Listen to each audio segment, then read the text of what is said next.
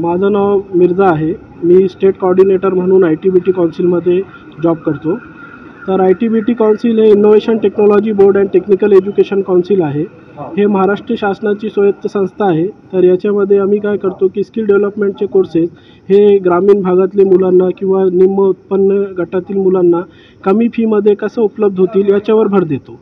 तर याचाच एक भाग म्हणून आम्ही आज इकडं परतूर शहरामध्ये टॅलेंट हंट परीक्षेचे आयोजन केले आहे. SMO कम्प्युटर मार्फत, जे शेख समीर सर यांचे SMO कम्प्युटर आहे त्यांच्यामार्फत आपण टॅलेंट हंट परीक्षेचे आयोजन करतो आहे. या परीक्षेचं स्वरूप असं आहे की 15 प्रश्न इंग्रजीचे आहे, 15 मॅथ आणि 20 जनरल नॉलेजचे प्रश्न आहे. प्रत्येकी 2 गुण म्हणजे 100 मार्काची परीक्षा आहे. 1ली ते 5वीच्या बेसवर सिलेबस आहे परीक्षेचा. तर या परीक्षेमध्ये मुलांना जसे मार्क मिळणार तसं त्यांना कोर्सची फी द्यायची आहे. समजा जर कोणी 95 ते 100मध्ये मार्क आणले तर त्यांना हे 6 महिन्याचा जे MDIT कोर्स आहे ते पूर्ण मोफत राहणार.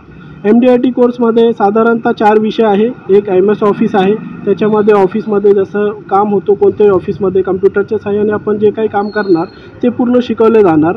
दुसरा आहे DTP मराठी टायपिंग करणे, बॅनर पोस्टर पॅम्पलेट डिझाईन करणे.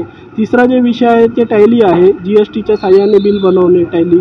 चौथे विषय आहे हार्डवेअर मेंटेनन्स, त्याच्यामध्ये कम्प्युटरचा रखरखाव, दुरुस्ती, देखभाल, रिपेअरिंग करणे याचा भाग पूर्ण ते शिकवले जाणार. तर असे 4 विषय जर आपण केले तर आपल्याला सहज याच्यामध्ये जॉब भेटू शकतो आणि आपण जे आहे तर आपल्या पायावर उभे राहून आपण जे आपले काही स्वप्न आहे ते साकारू शकतो. मुलांना पार्ट टाईम जॉब वगैरे प्रोव्हाइड करण्याची सुविधा आमच्या संस्थेमार्फत केली जाईल. तर असं हे आयोजन आहे. एवढं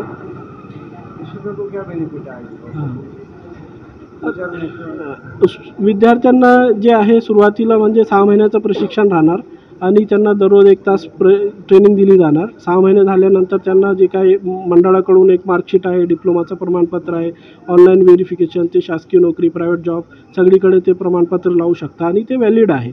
दुसरं संस्थेला जे आहे तर संस्थेला संस्थेचं जे आहे तर एक ब्रँडिंग होते आणि संस्थेला मंडळाकडून जे आहे त्या विद्यार्थ्यांची परीक्षा घेऊन त्यांना ते उपलब्ध केले जाते डिप्लोमाचे प्रमाणपत्र.